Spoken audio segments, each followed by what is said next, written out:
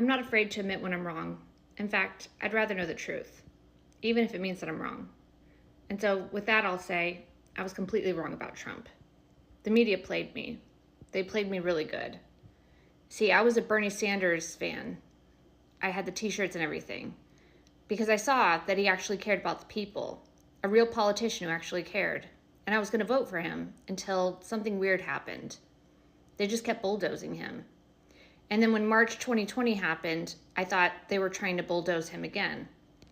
And I had no idea why Trump wanted to be president in the first place. But I watched a lot of TV at the time, and the news said he played too much golf, he was a racist, and I watched a lot of SNL, and they made fun of him and his sons. So I just thought he was not fit for the job.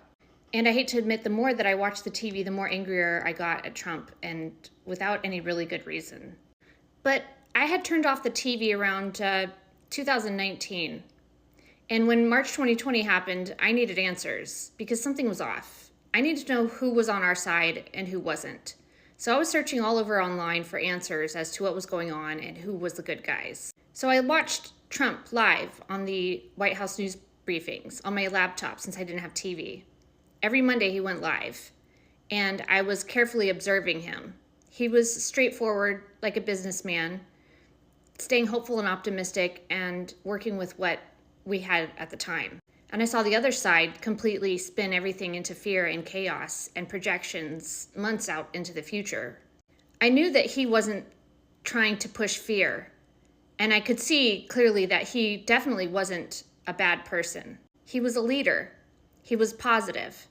He was forward-moving. He was problem-solving.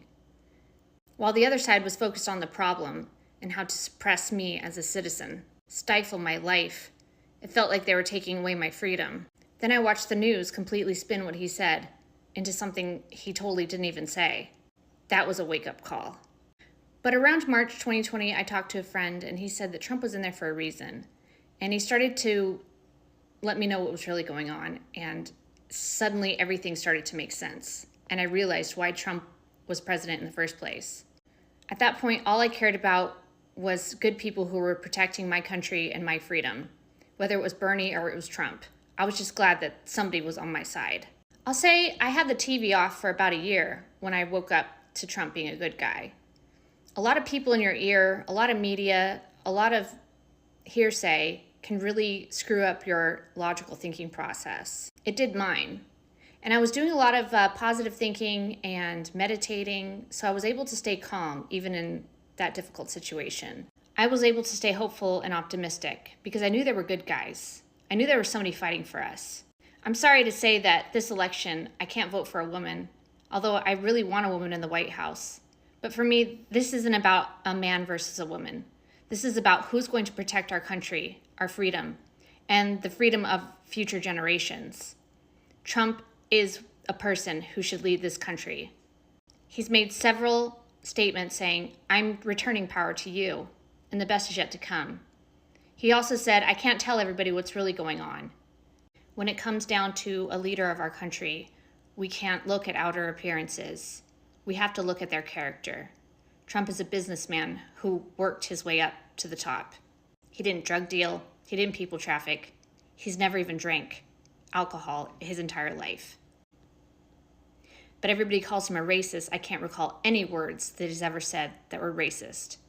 And then the whole grab him by the pee.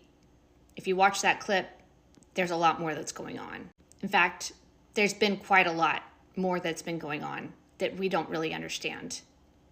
Put your fear aside, put your judgments, put your anger aside, and think clearly. Who's fighting for your country? Who's fighting for your rights and your freedom?